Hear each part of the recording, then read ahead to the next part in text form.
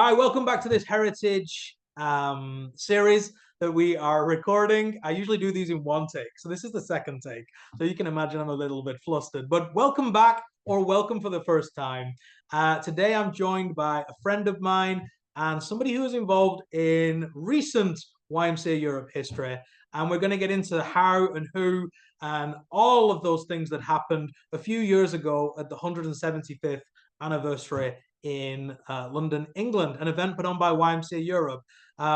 We'll talk a little bit about how a global event ends up under YMCA Europe in a bit, but I'm really happy to welcome Mike here today, and he's going to introduce himself, and then we'll dive straight into it, because I'm sure you're all keen to hear more about probably the biggest event in the last couple of decades.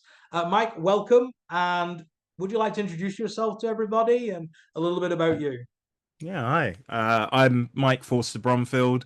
I am a event consultant that works with charities, non-profits, academic institutions to put on events. But as outside of my professional career, um, I am a YMCA volunteer to this day and have been involved with YMCA for many, many, many years. I put on a special T-shirt for you today, AD, as well. I dug out the old YMCA 175 crew T-shirt. Wow. Um, Limited it's edition, I'm sure. limited. It's a bit tight, if I'm honest. It's been a few years since I put it on. Um, but yeah, and rather helpfully, it's actually got the dates of the event on it because otherwise I'd completely forget. So it's the 4th to the 8th of August, 2019. That's how I remember. Well, Mike, before you was Mr. 175, and we'll come to that, you were also, I think, engaged, like you just said, in your local YMCA, and I don't know, maybe you had an event background. What led up to you kind of applying for this opportunity or becoming Mr. 175? I say that with a tongue in cheek because I know somebody gave you that comment yourself, but we'll Yeah. come to that later. What was it like taking that step for you in terms of this is something that could be interesting or that you throw your name in the hat? There's not many anniversaries, so Yeah. talk us through where you were, how you saw it, what you were bringing to the table. Yeah, I think, do you know what? There's probably an element of certainly I look back on it with probably a bit of happenstance, luck, and opportunity, for which I'm really appreciative of. Um, Part of that, and I think some of it is probably a willingness for me to have been open to just say yes to some opportunities that landed in my lap, that would have been really easy to say no to actually. Um, for example, when I first heard of YMCA 175, which at the time didn't have a name, I know the name is not particularly imaginative, but we were talking about a 175th anniversary event that YMCA Europe was going to host. Um, that got presented to me by my director at YMCA England and Wales at the time, where I worked in the policy and communications team. My job was to do social media and internal communications. It was not events. But there was a knowledge that I was involved with events outside of work, outside of the day job. I'd long been involved with events. So the question was, could you help us find a venue? This would be extracurricular activity on top of the day job. There wasn't like some additional remuneration for it. I still had to do everything I needed to do for my actual job, but could you also help with this piece of work because you have some skills and expertise that can be applied?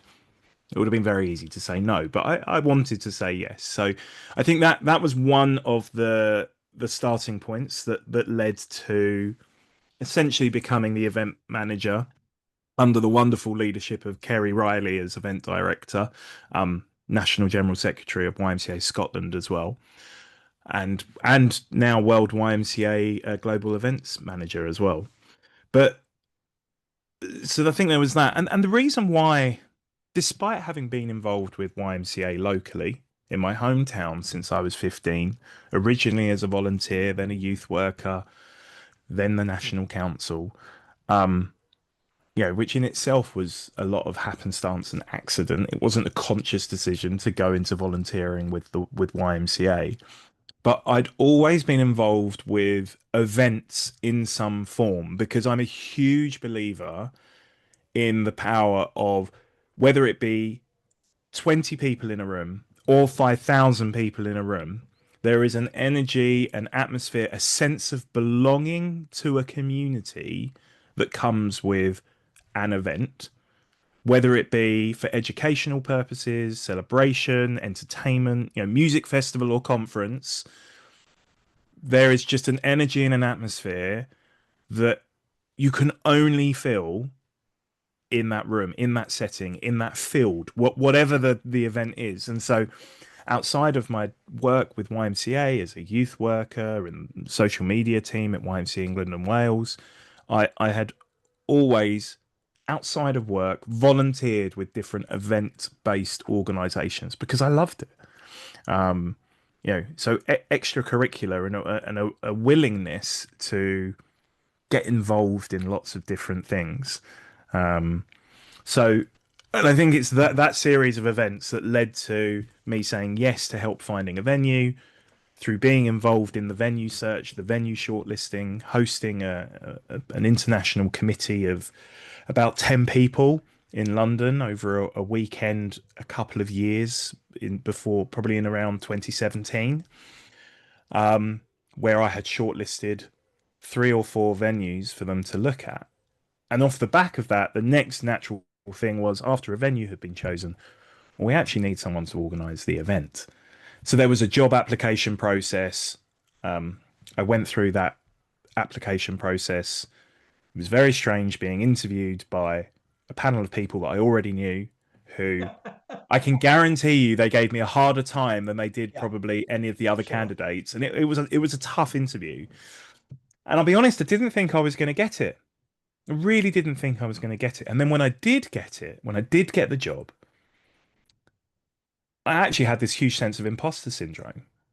Mm. I'd never been paid to do events up until this point. I think that's a really important piece of context for me. Was it had always been an out of work thing that I had done. I'd done it a lot. A A passion. passion, yeah. Yeah. And don't get me wrong, with a lot of responsibility, like I'd done that with legal responsibility for safety at events. Wasn't it wasn't just a case of I've booked a couple of bands to play on a stage.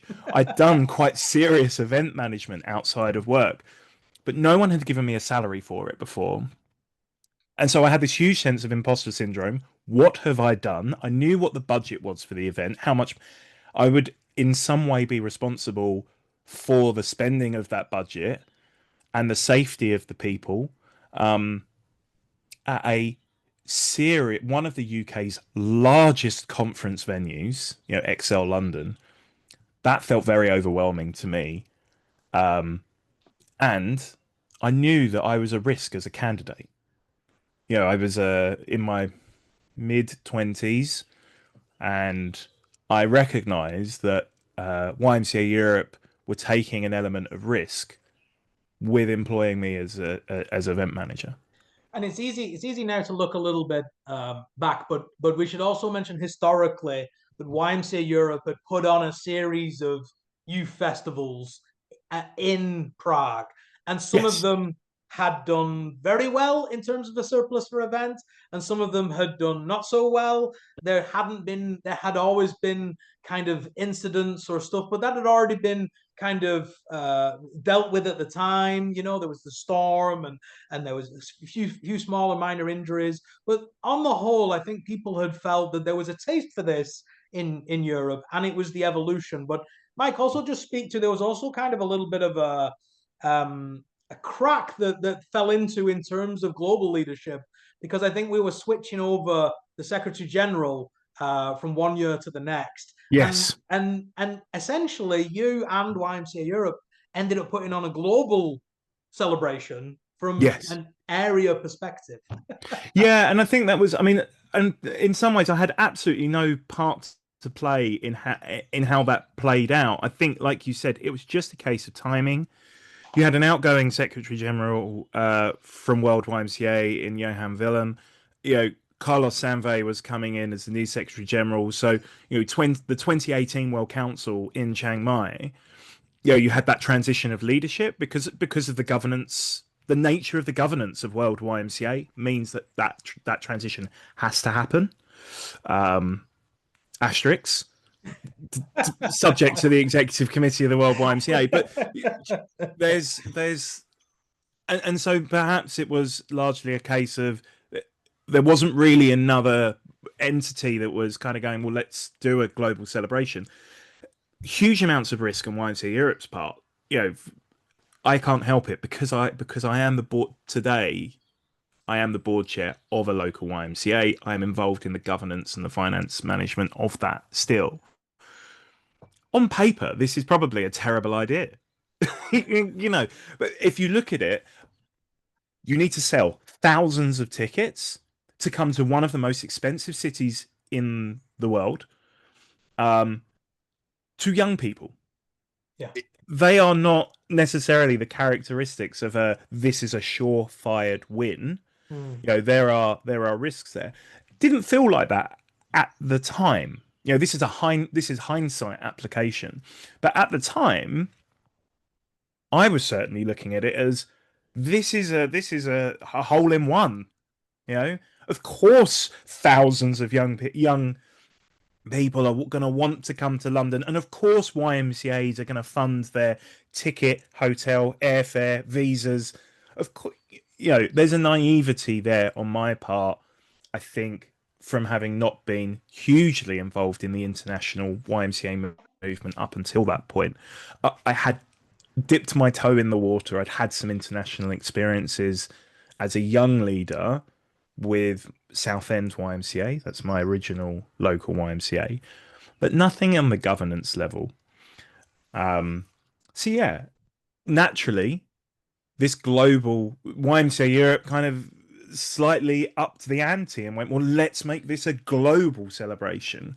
And yeah, with all of that experience of the Prague festivals, which Kerry Riley also brought, there was some continuity of experience there. Some of the people involved with London also brought some continuity of that experience. I'd had no involvement, I've not even been to them. I just heard about them. So, yeah. Yeah, and I think we'll just stick with the venue because I think a few years later, Mike, didn't that venue play a very important role in the COVID pandemic? Um, Yeah, I mean, XL London as a venue it's huge. was was never the brief. YMCA Europe had the brief. They wanted to hold the London version of the Prague Festival. So we're talking an outdoor festival for young people, ideally with camping. They actually wanted with camping. Um, Now you're not going to camp in London. Yes, London has lots of lovely green spaces and open fields and stuff outside the centre, but 99% of all London green spaces you cannot camp in. There's just no way. So straight away the brief was wrong. We've got beautiful royal parks that are managed by the royal family estate and all sorts of complexity. So when it came to my initial venue sourcing, the three outdoor venues that we were looking at, I think it was Moat Park in Maidstone. This is hyper local context stuff, but for the record, Moat Park in Maidstone, Lee Valley Country Park, which was hosted the canoeing for the London 2012 Olympics, and another one, Highlands Park in Chelmsford, which actually is only 20 minutes away from where I live today, and had a history of hosting venues. All of these were outside of London, like 2 hours outside of London. So we were fulfilling part of the brief, but not the whole brief. I think it was probably me in conversation with a couple of other people that went, how about a curveball venue that's not a festival, that you would not be a festival in that way? Why don't we look at XL London?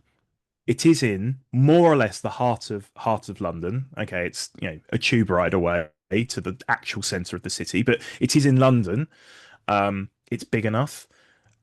but it would require a different type of event. You couldn't just do a festival in there. It wouldn't really work. There'd also be other logistics challenges like accommodation that we'd have to look at and think about. But, XL London was one of the venues that was used for the 2012 Olympics. So, 2018, only a few years on, that history is still very much present. And like you said, only um, a year later, that venue was a giant hospital. Was used as a hospital for COVID Wow. patients. We're talking about an exhibition hall. This is just they're giant aircraft hangars, is probably the best way of describing XL London. And all of the out of work event industry and event suppliers basically went into this empty canvas of a space and turned it into, with professional ventilation and all of the equipment you need, staffing it. And then beyond the hospital, it then became the largest vaccination center in Europe. Um, so, Wow. YMCA 175, 12 months later, it wouldn't have happened.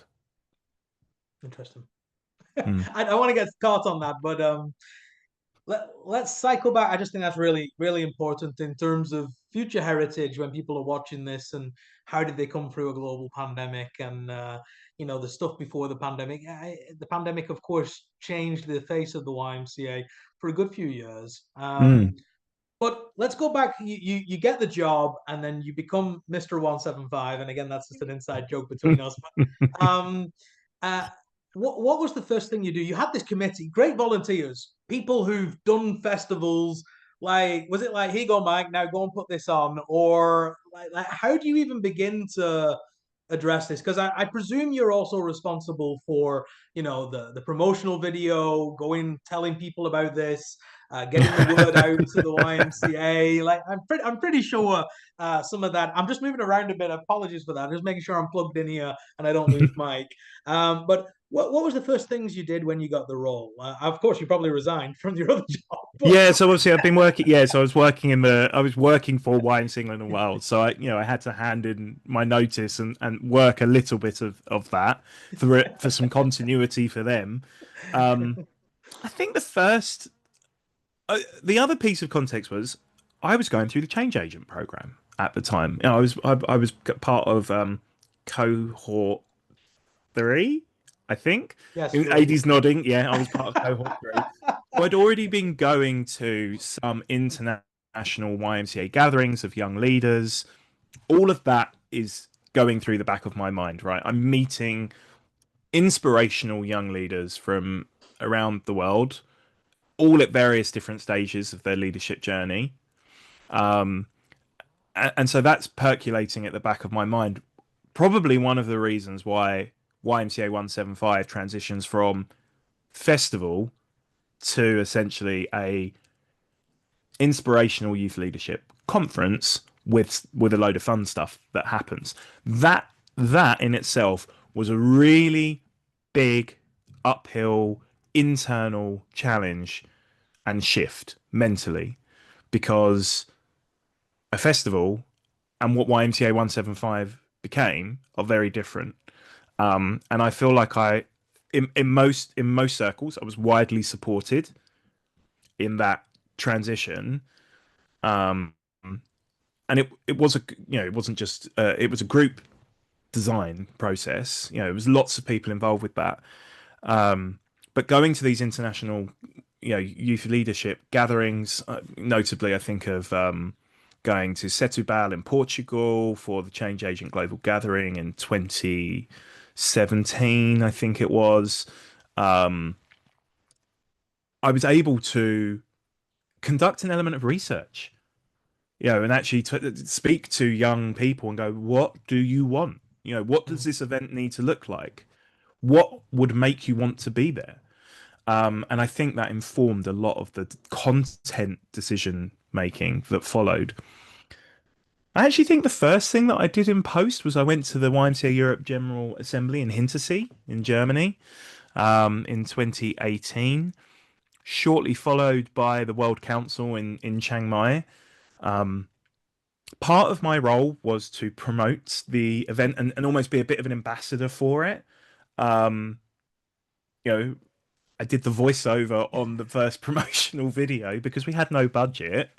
I had a microphone and a willingness to do it. That was pretty much That's it. the most YMCA thing you could have said was that, and I love that promotional video. Yeah, So come home to where it all began. That was a line. That was a line that I think I wrote probably late at night. Um, but yeah, so there was this ambassadorial role. Whether or not that was explicitly part of the job title, it certainly felt like it. It felt like something I wanted to and should be doing. I was very passionate about what it was that we were creating, and I feel like telling that story with passion was hopefully helping to pitch that to the people that would pay for the people to go. yeah, Because we were right, the event was aimed essentially at under 30s. yeah, There was space carved out for older senior leaders as well. The World Federation of Retirees, Wise Men International, yeah, all of these other groups. But at its core, it was for under 30s. And there's a job there to convince CEOs of local YMCAs or senior managers, national generals. They're the people that are paying yeah.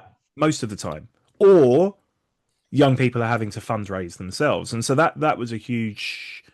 That's why I wanted to convey that passion and excitement and what it was we were creating. We're also trying to communicate something that we've never done before, which in itself is really difficult because you've got no media assets. There's no pre-existing video clips and photography that can particularly be used to communicate something that hasn't been done before. Yeah.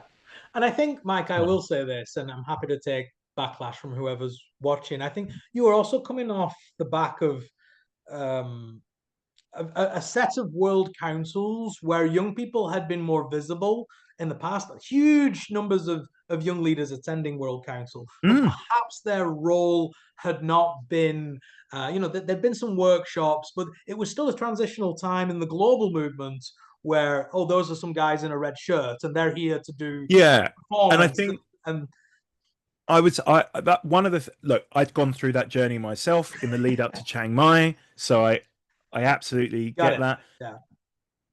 There was a feeling, it wasn't a universal feeling, but there was a feeling that some of the involvement of young people, young leaders at international events in recent times at that point had been a bit performative.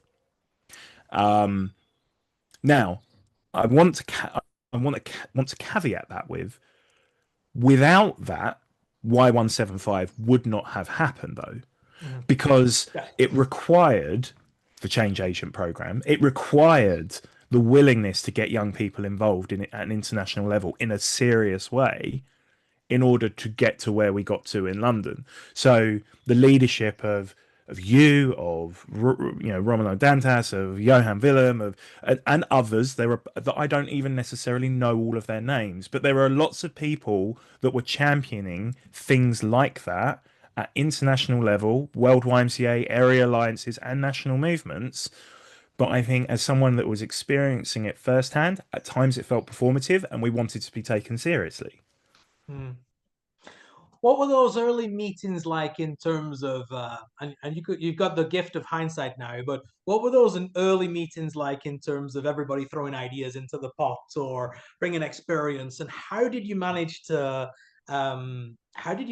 kind of keep expectations well, I will not even say it to a minimum, but and I give an example for the people watching is there was wild and not even wild. I don't think people realize how close some of these things actually were. But I think one of the early ideas was that Ed Sheeran would be performing at the 175 event. How did you get everybody's ideas in the pot? How did you accommodate people? How did you give, our wonderful volunteers space?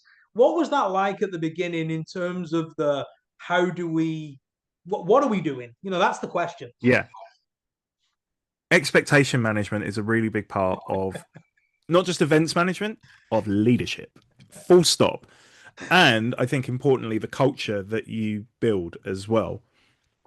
maybe we'll revisit culture, maybe we won't. But what what's important to probably say about YMCA 175 was, other than me and a part of Kerry Riley's time, that was mainly the staff for the event that made it happen. Everybody else, a team of nearly 50 people, I should say, in various different departments and teams and global, and all of them internationally based around the world, not just in Europe, but around the world. All of them were volunteers. Most of them were YMCA professionals and staff working in YMCAs around the world that were volunteering their time to do extra things to make this happen. Some of them were YMCA volunteers that were then volunteering to also do this. So I think that's really important to say, partly because, wow, how did we do it like that? Because that's incredible. And actually, to someone like Excel London, they're like, what's the event team? You're like, well, you're looking at the event team. That's it. The rest is everyone else is a volunteer. That is a change and something you have to communicate. It's quite different in industry. You see it a little bit in academic institutions, but and maybe the scouts, but that's probably it. There were so many ideas. So many ideas. I think at one point there was a rumor that Elton John was going to play. Funny enough, look, to just say, the Ed Sheeran thing was a genuine thing, a legitimate thing that might have happened. Yeah. Say, YMCA England and Wales at the time had a national campaign called I Am Whole, which was a mental health campaign. There were a number of celebrities involved with it. So it wasn't, and Ed Sheeran was one of those. It wasn't outside of the realms of possibility to make that happen.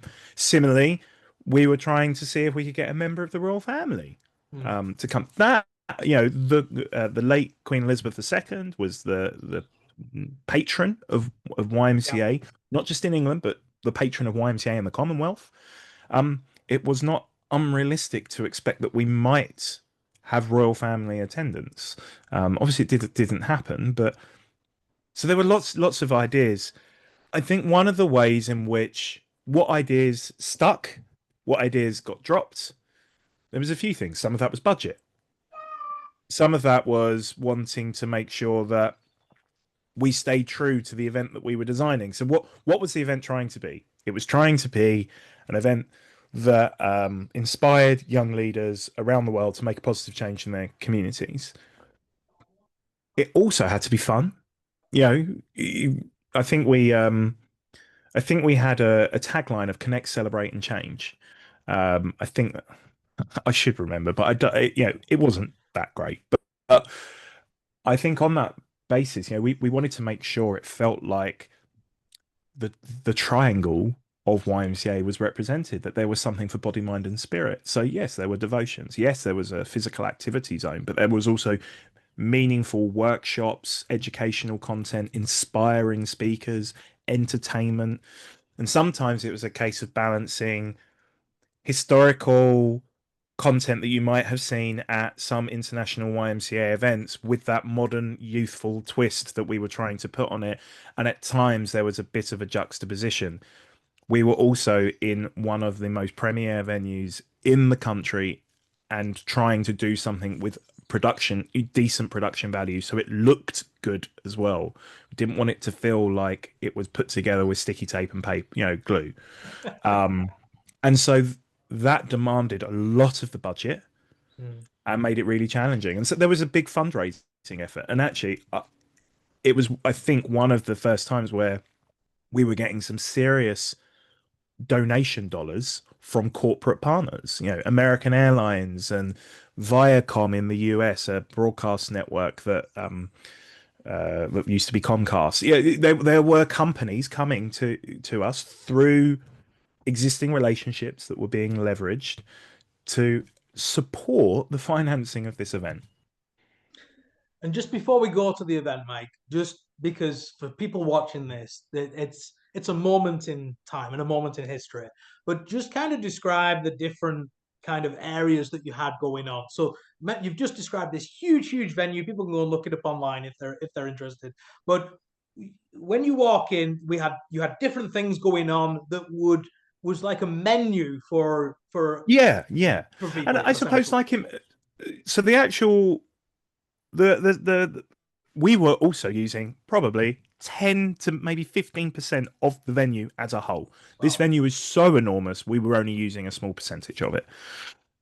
There was a large auditorium that could hold 4,000 people where we held plenary style content that ranged from, your usual opening and closing ceremonies, which I think were incredible. I didn't design the content of those. We brought in amazing people like Ange Koi who um she did a lot of the artistic direction. Pete Berkey, special mention as well. Yeah, but there are also so many people, too many to name.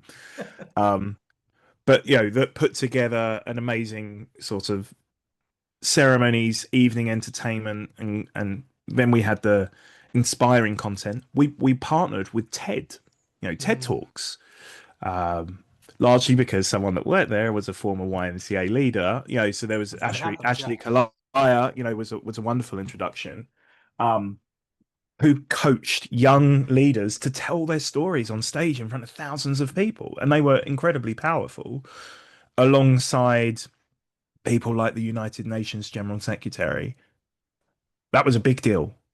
When a security detail turns up to scope the venue the day before to make sure it's safe, that's the kind of level that we were talking about. Um, then we had on another floor, on kind of like the third floor, we had about 20 rooms which hosted workshops. Um, they Huge. ranged, yeah, I mean, they ranged from kind of sit and listen type stuff, lectures, to highly interactive roundtable discussions. I mean, in some ways, the genesis of Vision 2030 kind of started in London. Carlos held a session called, uh, I think it was something like a North Star That's session. correct, yeah. Yeah. And there were like 300 people in a room on round tables discussing kind of what, the future strategy of the World Alliance of YMCA should be. As well as there were a number of closed door meetings with senior leaders as well that were invited to be part of those conversations. There is actually moments in Carlos's speech that he gave that you could tie to some of the future work that is happening today, which is really lovely to kind of see that journey. We used one of the big event halls there for a massive kind of physical activity body Mm. zone, led ably by Volker, um, who did an incredible job. Volleyball, basketball. We had the NBA there. We had lots of different games. There was a climbing wall, tons of different stuff that people could physically interact with. Um, a massive dining hall. When you've got to feed 4,000 people, you need a lot of space. And apologies. At times, the food left a bit to be desired. And that was budget. We'll come And to then that. Don't worry. We'll come to that we'll later. come to that. But we had an entire floor for closed door meetings. There were so many closed door meetings. Important side meetings that you get at any international events. Partners that want to meet with each other. Conversations that organizers want to curate for future gain. And then we had, in some ways, probably one of the parts that I'm most proud of was we had an entire hall that was more or less dedicated to heritage. Mm. It was a exhibition space, so some of the area alliances, national movements had exhibition stands to promote the work that they do and tell those stories. I remember that the Latin American and Caribbean Alliance did an really visually incredible stand.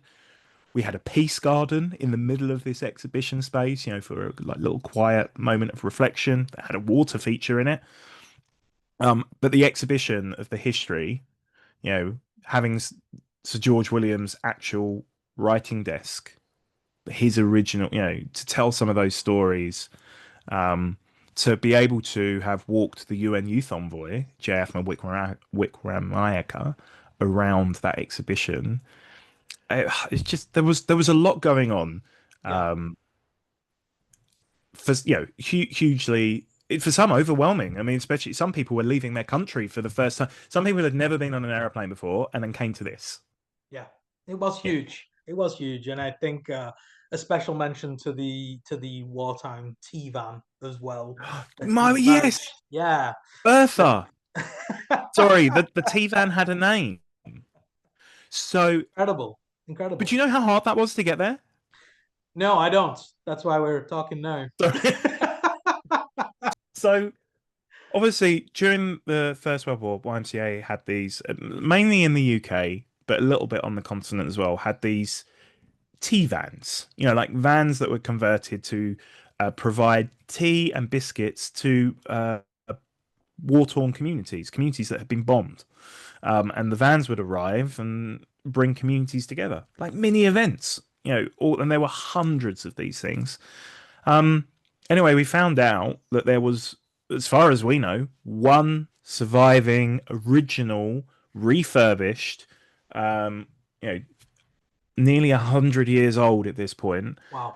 T-van that remained in the north of England, like 700 miles away. It was not roadworthy. It could not be driven to London. So we had to arrange for kind of haulage to essentially pick this thing up, put it on a truck, bring it to London. Um, Needed its whole own risk assessment. And but yeah, Yes. just to be able to have that, it was yeah, wonderful. And Mike, what you've just said there is huge. How you must have had teams of people coordinating each part and heading. I mean, you mentioned Volker and that. You that's in itself is just. I mean, just to have a main auditorium and stage is hard enough with the program and the lighting, but you've got 4 or 5 different areas there that Yeah, and essentially are running all day with programming, right? I mean, incredible. There were incredible people involved. We had an entire heritage team. Obviously, you were part of that, but we had people like Ryan Bean from U.S. Archives, Ken Montgomery from YMCA England and Wales, who's now retired. On the workshop side, we have kind of Olga Lukina from YMCA Europe and Jessica Onkongolo from Canada. Just incredible, incredible leaders. The organization chart for YMCA 175 on its own was ridiculous. We had a we had a devotions team led by one of a UK CEO at the time, Steve Clay. Um, I am missing people, but trying to remember You'll everything. not, But yeah, we'll not do credit to everybody who was involved, but there was a ton of I people, a I ton of still have a people. WhatsApp group with or various WhatsApp groups with some of them. Not huge amounts of posting, but like, anniversaries come up of the event and things like that, and someone will go, "Do you remember?" and stuff like that. So Well, let's I mean that's all exciting and let's get to the event itself. So, I'm sure how are you feeling? You've got people from all over the world arriving in London, one of the most busiest cities in the world, and you've probably got a ton of things on the lead up that are needing your attention and you've got, you know, masses of volunteers and young yeah. people heading to the venue. Just give us that just before the event. If I'm not wrong, you had like the volunteer, and that event volunteering is completely Oh different. my word, the volunteer we had a volunteer team. We had a team to manage the volunteers because there were so many volunteers. We had like 400 volunteers. Amazing. So the venue is about a 90-minute journey from my home. I decided to drive and have my car nearby just in case, whatever reason, I needed a quick escape. No, in case we needed in case we needed anything. Um, I'll be enormous amounts of apprehension. Like in all honesty, I think only 2 weeks before the event, we'd had a bit of a crisis meeting around the budget. We did not sell as many tickets as we had hoped. I think the target was 5,000. I Yeah, think we had 3,600 or something. That's a huge, um, and I don't think it's a secret. It's quite a huge difference financially. And so there was a bit of a crisis meeting in London 2 weeks out with a couple of YMCA leaders. Um, and the whole way along, because of that challenge financially, obviously, not only are you trying to find cost savings, but in the process of trying to find cost savings, that then also causes a lot of work, because if you are 6 months into planning something and then you have to change plans Yeah. or do something differently, you then have to redo a load of work. And so there was a lot of things that kept on having to be redone, and moving goalposts, not just a demand on me and others, but some of the volunteers that were leading things. And you know I know that was really challenging for everyone. I don't know what more we could have done. Um, Leading up to the event, in the in the immediate days before, I was just working 16 hours a day. Like, I'd wake up at 6 o'clock in the morning, I'd open my laptop, and at 2 o'clock I'd go to bed. And I probably did that for 2 weeks. Mm. It was horrible. Um, Probably like close to breaking point. But at that point, I'm just so in the zone. I'm just like Yeah. working through everything I possibly can. But like, I guess in some ways, like my my girlfriend at the time, now wife, I think like 2 days before, she's like, "Shall I come? Like, shall I come and see this thing that you've poured your life into for the last 2 years?" And I was like, Yeah. there's genuinely a bit of apprehension about anyone I know, like any, because it was local enough to me. I could have had friends or family pop along to see this massive thing that I've been talking about and working, but I was really apprehensive. Yeah.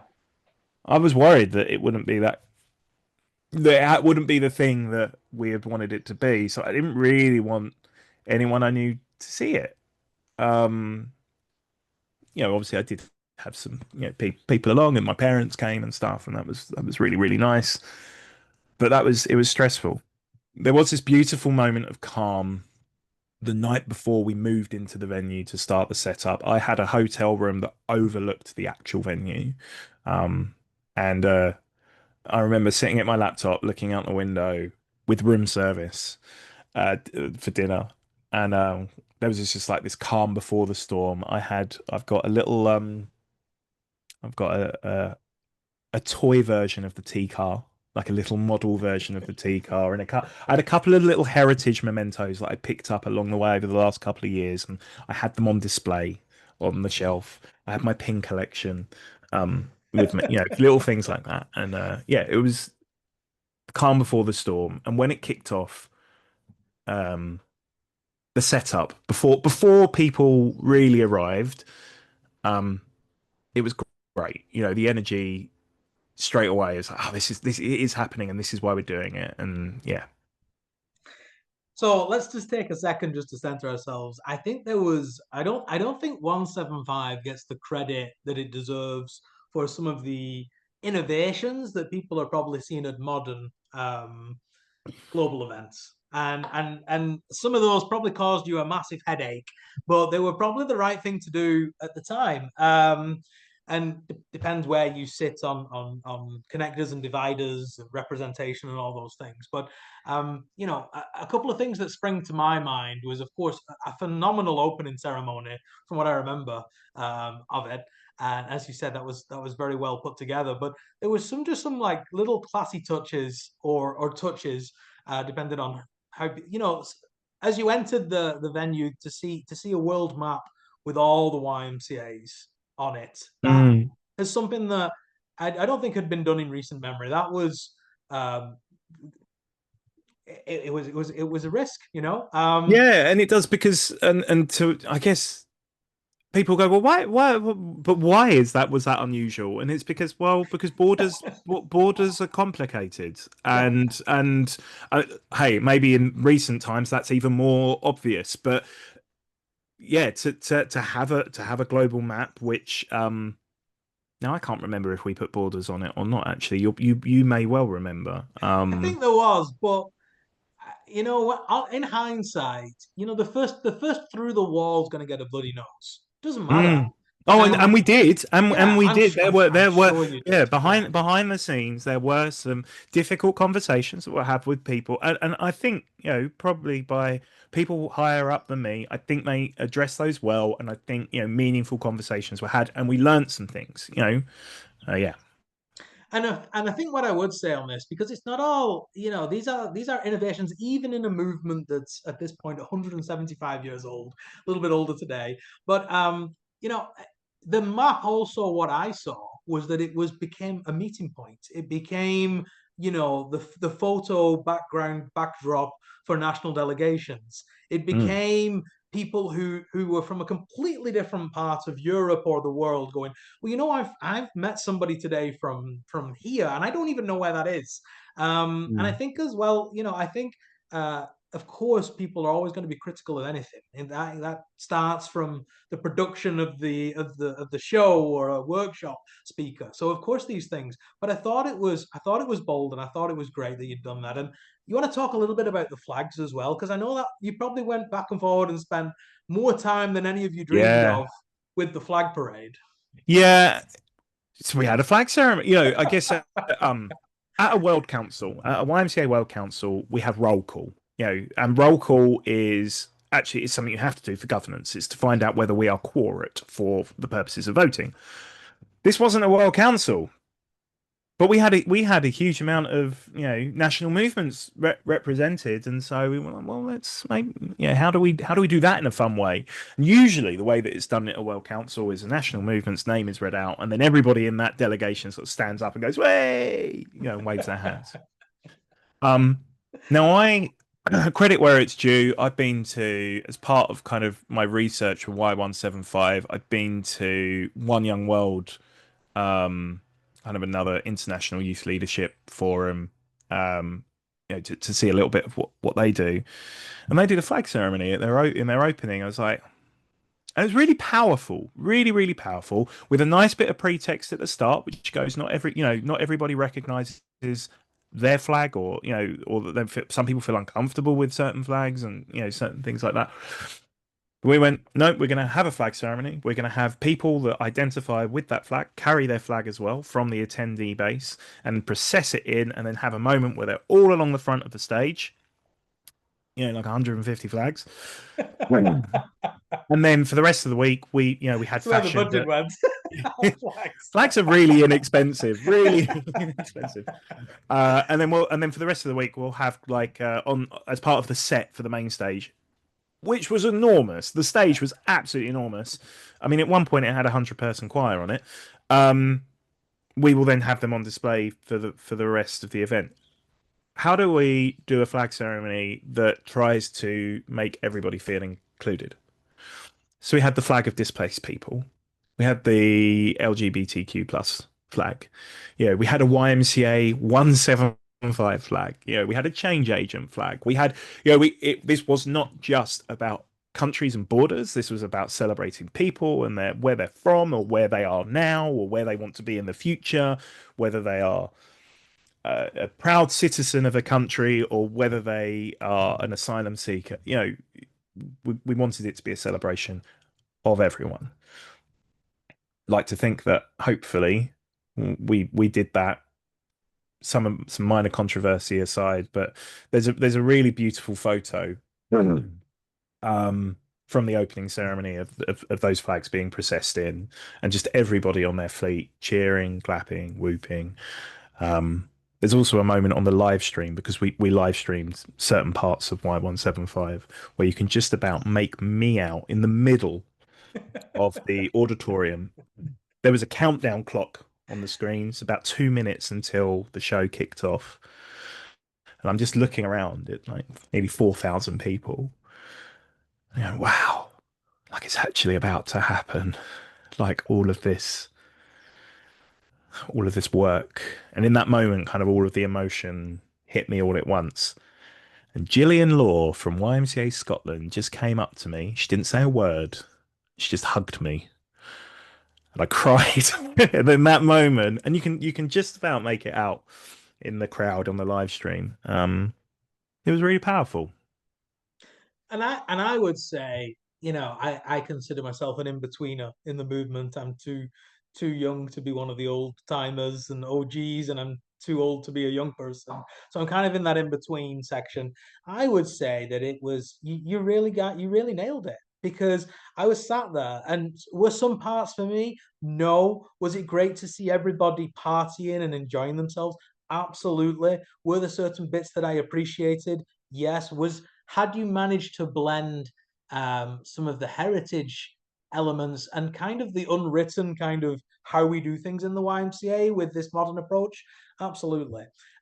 Is it going to be for everybody? No, but I No, and also it wasn't. No, and it no, definitely and I wasn't. also think you're quite naive. And even if you're watching this today, years after, if you're hoping that every minute and every second and everything is going to be for you, then you need to check your expectations on the door. It's Yeah. it's it's a global event, and not everything's No, I gonna mean we had the resonate. we had the World Urban Network, which for anyone that doesn't know, is a global leadership network attached to YMCA of senior leaders from big urban YMCA's.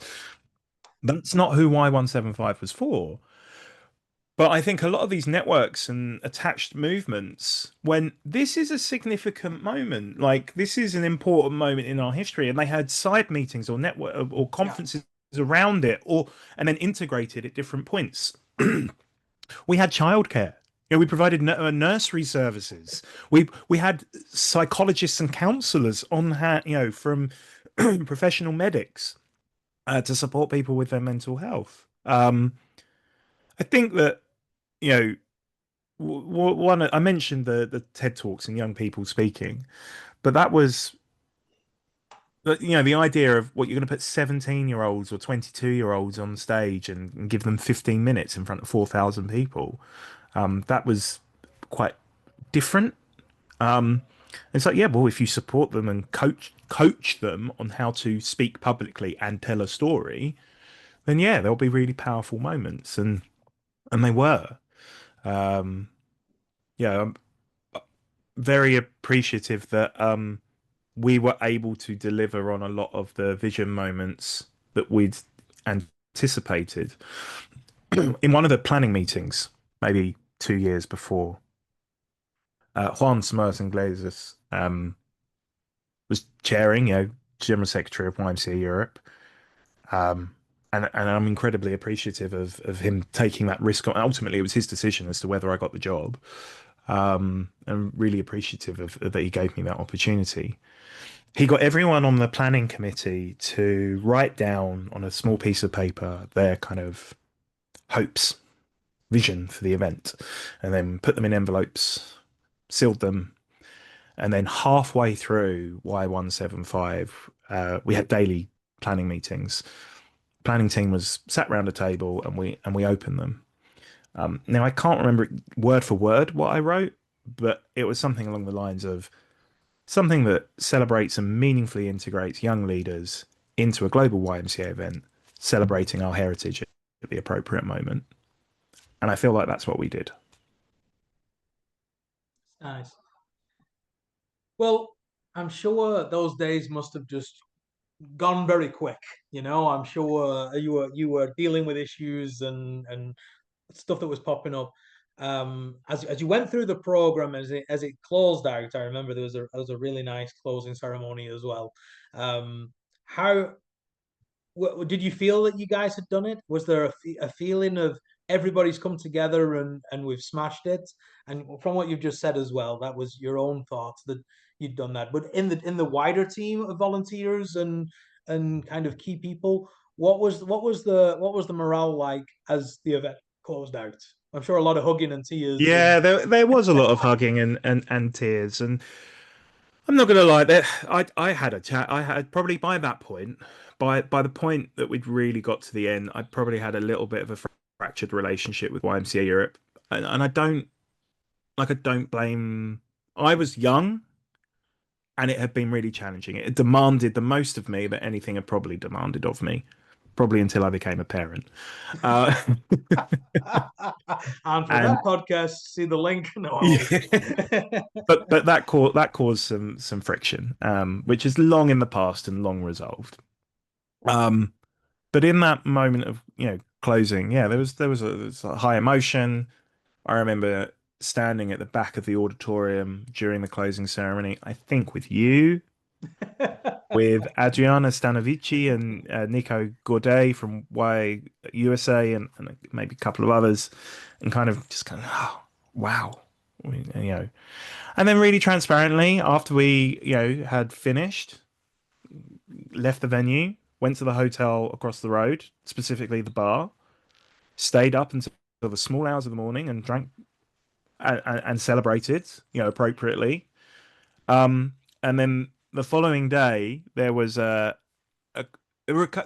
was still like some meetings to happen after a meeting of the planning committee for gut reactions and feedback and debriefing.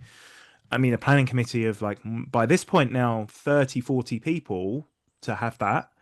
But there was also a thank you moment for the 300 plus volunteers Mm. as well.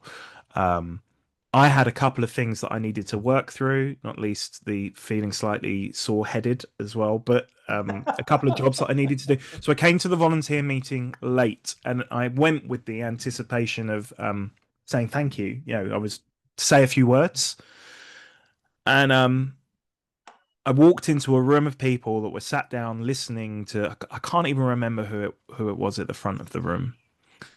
But I walked in and just sort of like quietly snuck in towards the back, and someone at the front spotted me, and everybody stood up and turned around and gave me a standing ovation, and I just fell apart because these things are the sum of all parts. Like there is absolutely no way that I could have done every single thing on the job list, and every single individual in that room and people outside of it made it what it was. Mm. And yeah, and like just an incredible like group of people that made that happen. What do you think? What do you think the event's legacy is, Mike? Because I know that there was people involved who were also doing kind of surveys later to try and measure impact, and Yeah, some yeah. side everything that sounded great before a global pandemic. Um, Yes. but what do you think? What do you because in most people's mind nowadays, the pandemic is kind of like a pre-pandemic, post-pandemic kind of reality, and there's a few years lost in between. And this, as you said earlier, very eloquently, this was kind of the last big global event until just the last few years. We managed to get the last World Council 4 years ago in Denmark was still just coming out of the pandemic, still Yeah. doing COVID tests and people with masks and all that anxiety. So, what do you think the legacy of 1775 was or is? Do you know, for me, um, the following year after Y175, we were going, or maybe 2 years later, we were going to launch something called the Youth Led Solutions Summits, the first one of which was going to be in San Francisco. In February 2020, a planning committee of young leaders went to San Francisco for a week to design what that meant. That was a direct output of 175. And explicitly want to mention Chuck Collins, Tom Valentine, who and Carlos Sanve and others that were the champions of that coming to life. Like you said, for obvious reasons, that like didn't happen. We Yeah. did have a series of online, not the it's not the same, but we did, we did the best to kind of like continue to have that. Youth led solutions then became something that still to some extent exists today, has received corporate money from big partners to put money directly into the hands of young people to take action in their communities. Um, I think without youth led solutions, I think the global youth mobilization wouldn't have happened, which has been in partnership with the World Health Organization. Um, I, I don't, and there are versions of that exist at area and national level in YMCA's elsewhere. I genuinely see the lineage back to London of those things, and I think that's the most powerful thing that came out of London. I think there are, like I said, there's roots to Vision 2030, but that's a strategy, and there was much more beyond that that led to that happening. I do think it's the youth led solutions piece. I think it's better and truer and more meaningful integration of young leaders into uh, not just global YMCA events, into YMCA's full stop. I have a great privilege now of still being involved with sort of global events and some global YMCA work, and I see it all the time. In the development of the World Council for Toronto, project teams of largely, not exclusively, but lots of incredible young leaders that are driving the agenda of like what happens at the event and what does the program look like. And the event manager for Toronto for YMCA Canada, she's under 30. She's formidable. I'm not sure that these things would have happened if Y175 hadn't have existed. So I'm very appreciative. I hope it stays that way. I hope that continues. I hope we don't, it's not to say slip back, but I hope it continues to be a meaningful um making space for young leaders at the table. Because if we don't make space for it, they're just going to take the space, or we just become irrelevant, you know? I think on one of the other heritage podcasts that we recorded with Mike Will, go back and Yeah. check it out. He speaks very highly of the event, and seeing young people there and seeing them engage. Exactly what you're saying. Maybe doing sports for the first time, or going visiting the tea truck, or going to a workshop, or going just being engaged in the movement. That Mm. was priceless, I think. And that heritage exhibition went on tour around the country, around the whole of the UK. I mean, this was, yes, we had the heritage exhibition in London, and then it went on a 12-date tour around the entire United Kingdom and Ireland into local communities to showcase YMCA history. I mean, that was amazing. Could do a whole podcast just on YMCA heritage. The amount that I became so entrenched in the nerdiness of the archives, talking to people like Claude Landant and lots lots of people that have a real passion for the heritage. And I guess it's one of the reasons why we're having this conversation is you never know what decisions and work that you are doing today that become important history in the future. Now, I'm not being the arbiter of why 175 was at all, but just for posterity to be able to reflect on it and look back on in the future on what happened, why it happened, how it happened.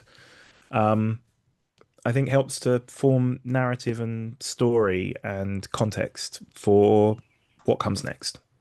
Well, I think for those who are still watching, who are still engaged in Facebook, I put a post out afterwards, and I think it was considering that you were my friend as well, and I thought it was such a privilege that on an anniversary year that somebody like yourself gets to be the man who shapes that experience. And I think it's all about experiences.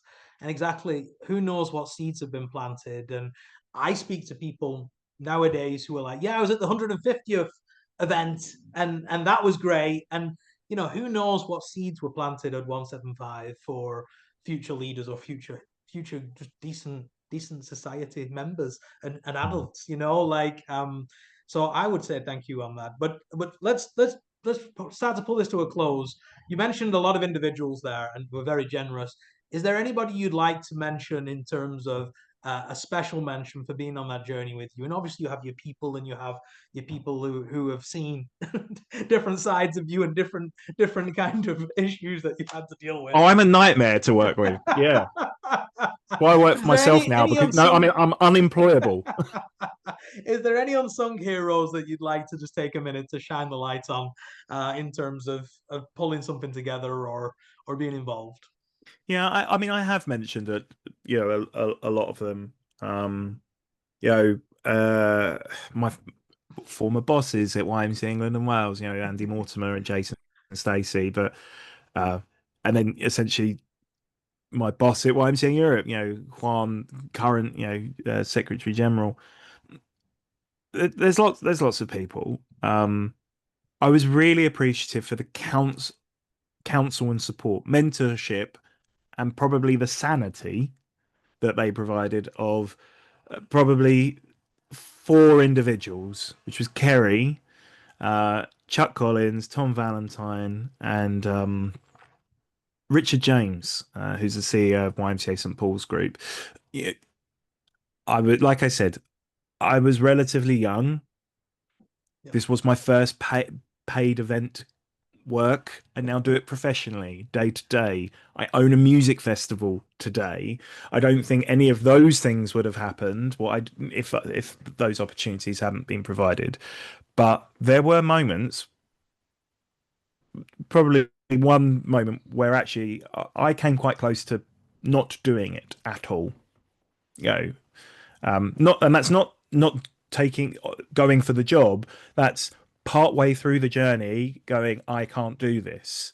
Came very close, and I think if it hadn't been for those individuals and many others being very supportive and talking me off a cliff, metaphorically, I probably wouldn't have been involved for to see it to fruition, and I'm glad I did. So yeah. And then just to close us out, Mike, people are probably looking at their cups thinking I didn't bring enough tea or Yeah, coffee. sorry. Do you want to close us out with a couple of just funny or personal things that happened that you look back on and laugh, or something that maybe wouldn't be on the website? Anything that you just want to share. Um, and you've shared a lot, but I just thought to kind of leave on a positive. Any nice, funny personal stories or moments that you'd like to share with us from 175?